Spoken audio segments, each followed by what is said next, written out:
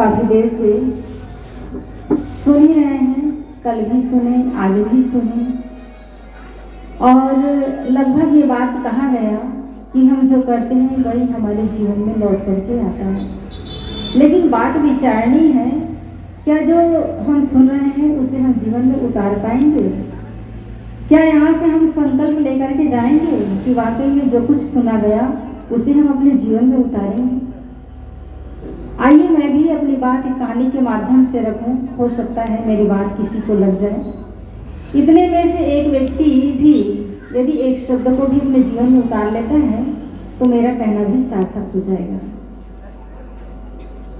एक बार की घटना है, एक गांव में एक संत का आगमन हुआ। जैसे अभी कार्यक्रम चल रहा है वैसे ही कार्यक्रम चल रहा था। संतों ने कहा कि जो कुछ हम करते हैं वही लौट करके आता है और जो कुछ देते हैं वही हमको पुनः मिलता है। तो सभा में तो बहुत से लोग थे, किसी ने ध्यान नहीं दिया, लेकिन एक व्यक्ति ऐसा निकला जिन्होंने संत के पास जाकर के प्रणाम किया और कहा कि संत भगवान आप हमारे यहाँ भोजन में चलेंगे। तो संत को जब भोजन में ले गए तो उन्होंने बढ़िया बढ़िया पकवान बनाया, उनको वस्त्र भी अर्पित किया, रुपया भी अर्पित किया, लेकिन घर देखने में बिल्कुल साधारण सा लग रहा था, कोई बड़ा आदमी नहीं था, बिल्कुल साधारण। तो जब संत को भोजन, वस्त्र, पैसा अर्पित किया गया तो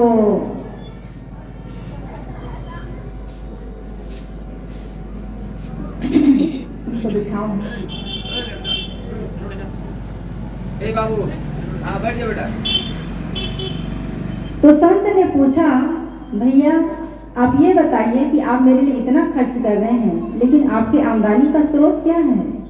घर को देखकर तो नहीं लगता था कि आपको इतना खर्च करना चाहिए। और वैसे भी कोई संत ये नहीं चाहते कि हमारे पीछे कोई ज़्यादा खर्च करे, बल्कि ये चाहते हैं कि कम से कम में हमारा मान सम्मान भी हो जाए और इनका संस्कार भी बन जाए। तो यही बात थी। संत ने कहा कि आप हमारे लिए इतना खर्च क्यों कर रहे हैं, ये रुपया आपके पास आता कहाँ से है? उन्होंने बड़ी सरलता से बता दिया और कहा कि हमारे गांव में एक सेठ ऐसा है जो बड़ा ही उदार है, सत्संगी भी है, और मेरे पास हकीकत में रुपया नहीं था, लेकिन मैं एक सेठ के यहाँ से उधारी लाया हूँ 20,000 रुपये। और वो सेठ है, उदार है, साथ साथ मूर्ख भी है। जब मैं पैसा लेने गया, रुपया लेने गया, तो उन्होंने कहा कि आप ये रुपया इसी जन्म में देंगे कि अगले जन्म में देंगे? तो मैंने कह दिया अगले जन्म में दूंगा। संत जी विचार में पड़ गए। ये व्यक्ति दूसरे को मूर्ख कह रहा है, बुद्धू समझ रहा है, लेकिन खुद कितना बुद्धू है।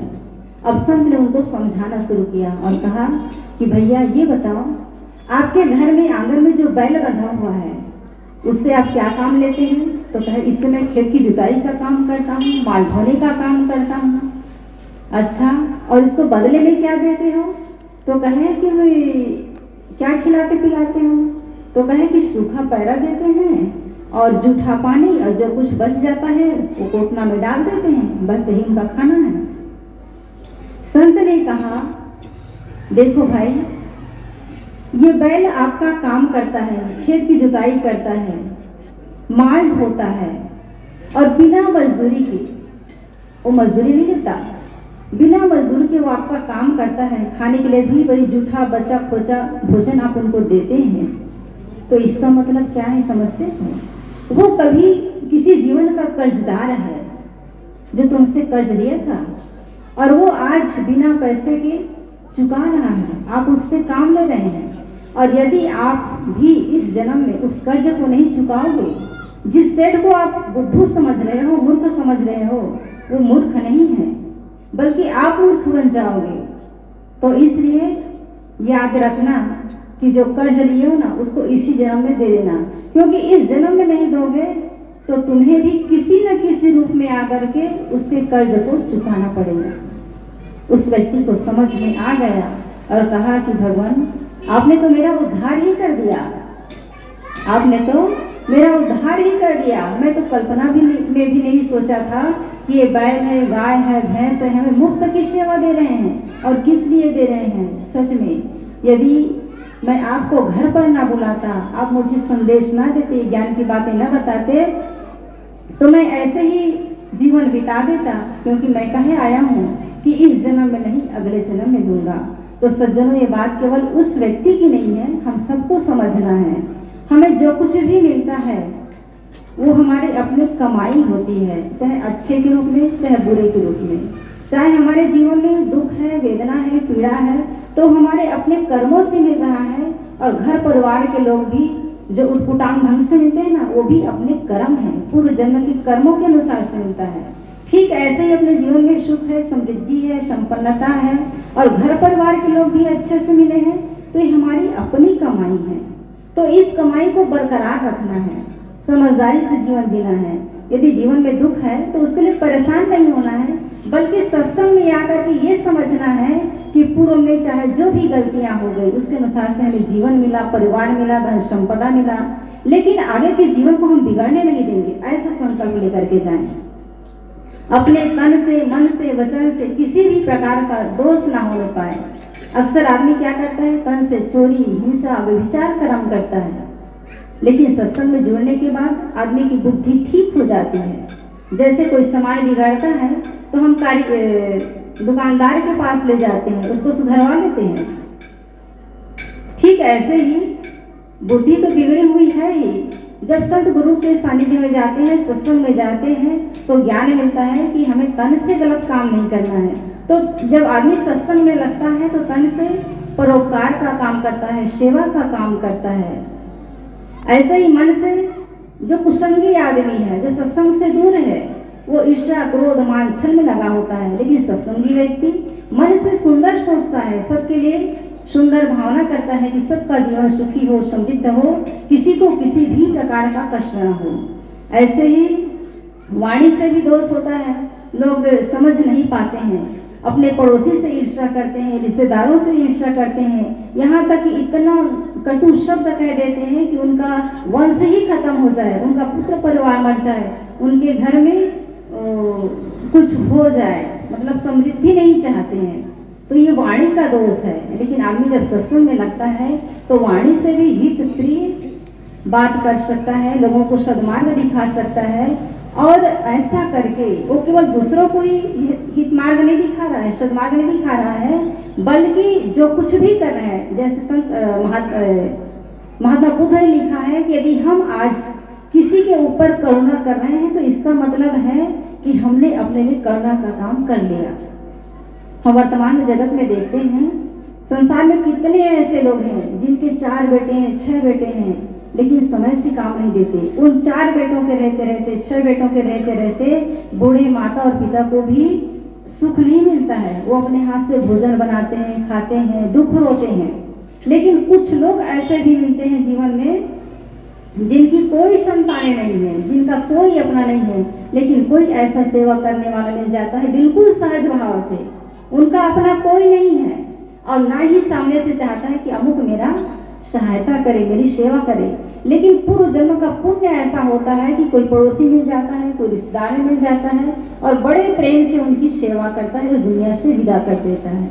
तो ये हमारे कई जन्मों के पुण्य का कर्म होता है, तो कर्मों के अनुसार से मिलता है। तो मैं कह रही थी कि जीवन में जो कुछ भी मिलता है, चाहे सुख है, वो दुख है, वो हमारे अपने कर्मों से है। इसलिए सोच समझ करके जीवन जीने की आवश्यकता है। आप इस भूल में मत रहिएगा कि हम चाहे जो कुछ भी कर लें और भगवान की पूजा आरती कर लेंगे तो वो क्षमा कर देगा। एक सहज सा नियम है, सदगुरु कबीर साहब जी ने कहा है, कबीर कमाई आपकी निष्फल कभी न जाए, बोया पेड़ बबूल का आम कहाँ से खाए। बड़े सहज शब्दों में साहब कहते हैं, कबीर कमाई आपकी निष्फल कभी न जाए। आपकी कमाई कभी भी निष्फल होने वाला नहीं है, चाहे वो अच्छा हो या बुरा हो। और उसके लिए आगे की पंक्ति में रूपक देते हैं, बोया पेड़ बबूल का आम कहाँ से खाएं। साहब कहते हैं कि बोया पेड़ बबूल का, अगर कोई बबूल का पेड़ लगाया हो तो आम खाने को मिलेगा। आप लोग खूब विचार कीजिए, यदि कोई बबूल का पेड़ लगाए तो क्या उसमें से आम के फल खाने को मिलेंगे?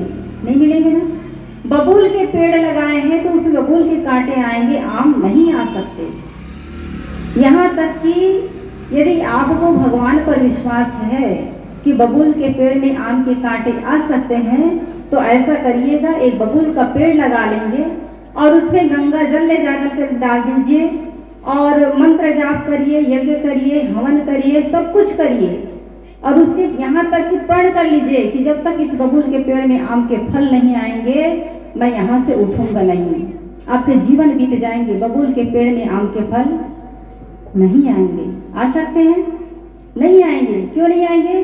क्योंकि प्रकृति का नियम है, जिसका बीज हम बोए हैं वही बीज लौट करके हमारे जीवन में आने वाला है। जब बबूल के पेड़ में यदि जब तक हवन करने से आम के फल नहीं आ सकते, तो सोचिए यदि आप जीवन में गलत कर्म करते हैं, चोरी, हिंसा, व्यभिचार, दूसरों के साथ छल कपट, दुनिया की आप गलत काम करते हैं और भगवान के मंदिर में जाकर के कहते हैं कि हे भगवान मुझे जीवन में सुख और शांति देना, तो कल्पना कीजिए क्या वो दे पाएगा? देगा वो भगवान? क्यों नहीं देगा? क्योंकि हमने ऐसा कर्म ही नहीं किया है।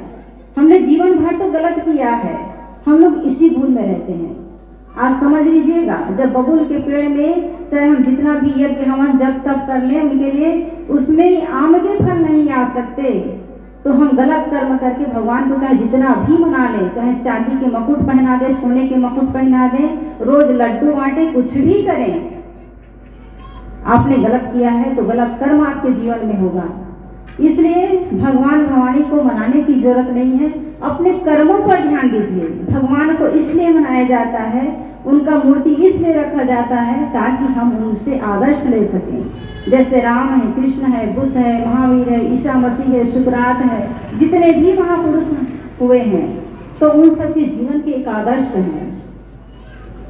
उनको देख करके प्रेरणा मिलती है। हमारे देश की वीरांगनाएं हैं, राजनेता है, उन सबके पीछे एक संदेश छुपा होता है और उसको बिठा करके मंदिर बनवा करके यदि हम केवल आरती घुमाते रह जाएं तो उससे हमारा कल्याण नहीं होगा। हाँ, इतना अवश्य है, यदि उन महापुरुषों का चित्र यदि हम रखते हैं, जैसे राम का हम चित्र रख लिए और उनका आदर्श लेते हैं कि उन्होंने एक पत्नी व्रत जीवन निभाया था, आप एक पत्नी व्रत जीवन निभा सकते हैं।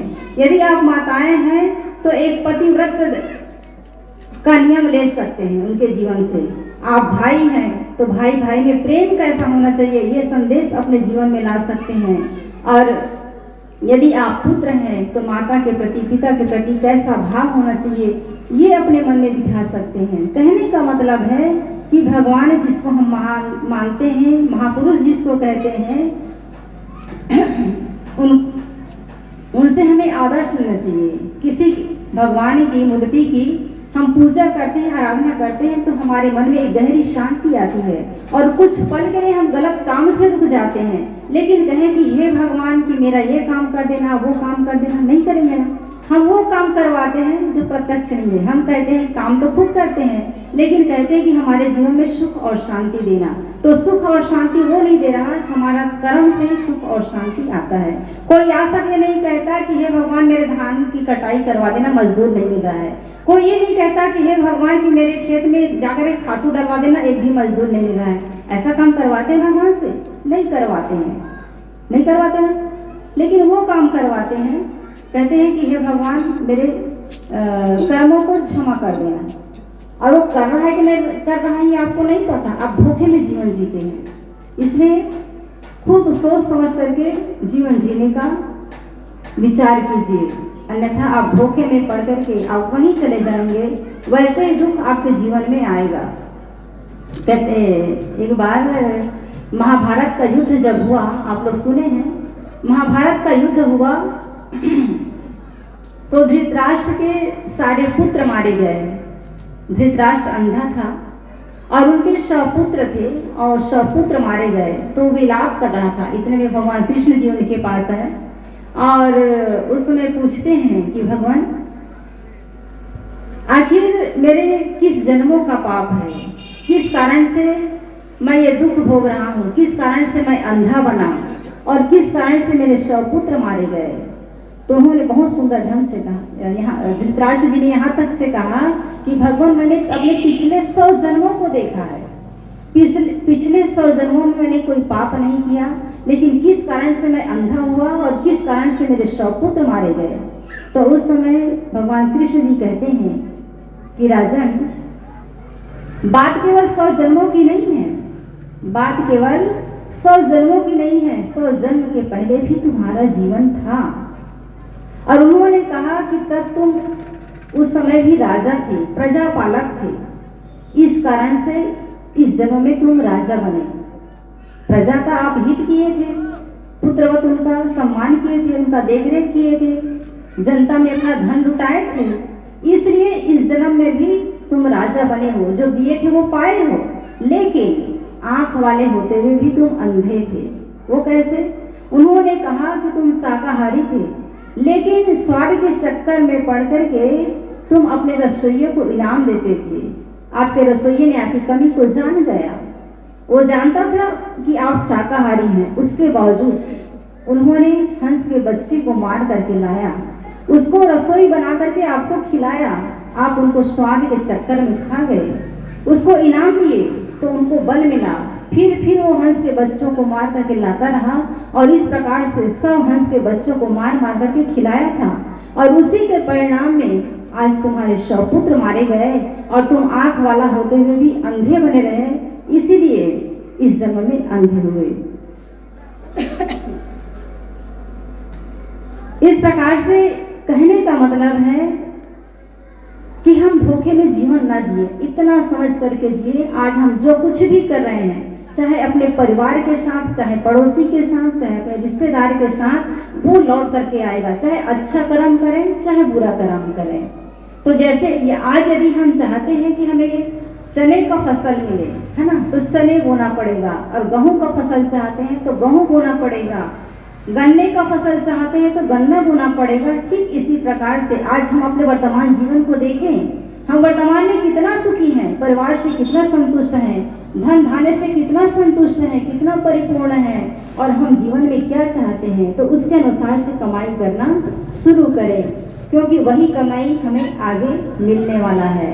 ऐसा नहीं कि आज कुछ करें और आगे कुछ मिलेगा। जैसे आज हम खेत में जो कुछ बोए हैं वही काटने में आएगा, ऐसे ही आज हम जो कुछ भी कर रहे हैं तो जीव जहाँ भी जाएगा, जिस योनि में भी जाएगा, वो अपने कर्मों के अनुसार से सुख और दुख उसको मिलना बिल्कुल तय है। तो इस बात को अपने जीवन में गांठ बांध दीजिए। और यदि कोई व्यक्ति ऐसा है जो इस सभा में चाहे बैठा हो चाहे ना बैठा हो, यदि जिह्वा लोलुपी है, किसी जीव की हत्या करता है, तो निश्चित समझ ले कि उसे भी दुख भोगना पड़ेगा, चाहे स्वयं कटना पड़ेगा, चाहे पुत्र के रूप में उसको हार मानना पड़ेगा। कितनी ऐसी माताएं हैं जिनके पुत्र जन्म देते ही, कितने पुत्र दुनिया से विदा हो जाते हैं, कोई जन्म लेते ही, कोई कुछ साल के बाद ही। तो वहाँ कितनी पीड़ा होती है, अपने बच्चों के लिए तकलीफ होती है। यहाँ तक कि लोगों में तो ये चर्चा है कि अंडा शाकाहारी है। पता नहीं किसने ऐसा ज्ञान दे दिया। एक मास्टर जी थे, तो मास्टर जी को खुद समझना चाहिए। किसी दूसरे गांव में थी तो आकर कहे कि साहब जी अंडा तो शाकाहारी है। मैंने कही कि कैसे पता चला? उन्होंने कहा कि एक हरी भूमि पेपर है, उसमें निकला था कि अंडा शाकाहारी है। तो सोचने वाली बात है, शाकाहारी तो पेड़ पौधों से आता है, लेकिन वो अंडा तो एक प्रकार से विचार किया जाए गर्भ है, किसका? मुर्गी का गर्भ है। लेकिन दुख की बात है कि मुर्गी जब अंडा देती है तो उसे सेने नहीं दिया जाता। यदि मुर्गी उस अंडे को सेने के लिए बैठे तो वहां से चूजा निकलेगी, है ना, उनके बच्चे आएंगे। लेकिन जो पोल्ट्री फार्म होता है वहां उनके बच्चे को, उस अंडे को सीधा पेटी में गिरा दिया जाता है और बेचने के लिए बाजार में लाया जाता है, और लोगों से इस बात को छिपाया जाता है कि उसमें भी जीव है, और कह दिया जाता है कि अंडा शाकाहारी है। तो अंडा शाकाहारी नहीं है, बल्कि उसमें एक बच्चे आने की संभावना है, उसको लोग पहले से मार देते हैं। एक माँ का गर्भ जब खराब होता है तो माँ को कितनी तकलीफ होती होगी वो जानती है। 4 महीने का बच्चा यदि गर्भ से खिसक गया, 6 महीने का बच्चा चला गया, चाहे 2 महीने का ही रुका हो गया, तब भी तकलीफ होती है। लेकिन सोचिए वो मुर्गी जिसका अंडा ही उनका गर्व है, क्या उनको तकलीफ नहीं होती होगी? बार बार उसे माँ बनाया जाता है और बार बार उस मातृत्व से वंचित किया जाता है। तो आप लोग ध्यान रखिए, अंडा कभी ना खाएं। अंडा शाकाहारी नहीं बल्कि वो एक माँ का गर्व है। आज अंडा खाते हैं तो कल आपको इसका दंड कोई ना कोई रूप में मिलेगा ही। तो ध्यान ये रखें कि हर आदमी को अपने कर्मों का फल भोगना पड़ता है। सुबह में भी सुन रहे थे, पुराण वालों ने भी किसी को क्षमा नहीं किया। साहब जी कहें कि किस प्रकार से राम को अपने जीवन में दुख पर दुख भोगना पड़ा, किस प्रकार से कृष्ण को भी अपने जीवन में दुख भोगना पड़ा। संसार में जितने भी महापुरुष हुए, चाहे भगवान के रूप में चाहे अन्य महापुरुषों के रूप में, सबको अपने कर्मों का फल भोगना पड़ा। तो फिर हम कौन हैं, किस खेल की मूली हैं और किस भ्रम में जी रहे हैं? क्यों ऐसा मान लेते हैं कि हम आरती वंदना कर लेंगे, भगवान को कुछ चढ़ा देंगे और हमारा फल भोग खत्म हो जाएगा? ऐसा बिल्कुल मत सोचना। बल्कि यदि आप मूर्ति पूजक हैं, मूर्ति पूजा करते हैं, तो मूर्ति पूजा करिए। उससे आपके मन की शांति है, वो आपके आगे जाने की सीढ़ी है। लेकिन ध्यान रखिए, जिस भगवान की आप आराधना करते हैं उस भगवान के आदर्शों को अपने जीवन में लें। उन्होंने कैसा जीवन जिया, और यदि आप ऐसा करते हैं तो आपका जीवन सार्थक हो जाएगा। और दूसरी बात, आप अपने कर्मों को सुधार पाएंगे। तो मेरा समय पूरा हुआ, इसी के साथ मैं अपनी वाणी को विराम देती हूँ। बोलिए सद्गुरुदेव की जय।